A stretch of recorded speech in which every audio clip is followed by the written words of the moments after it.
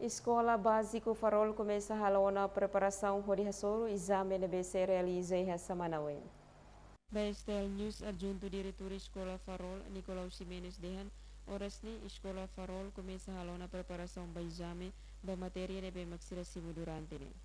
E preparação é relação a forma de preparação, mas é preparação é pinambina, é trimestral sempre há preparação para o exame do primeiro período, segundo período, terceiro período da aula.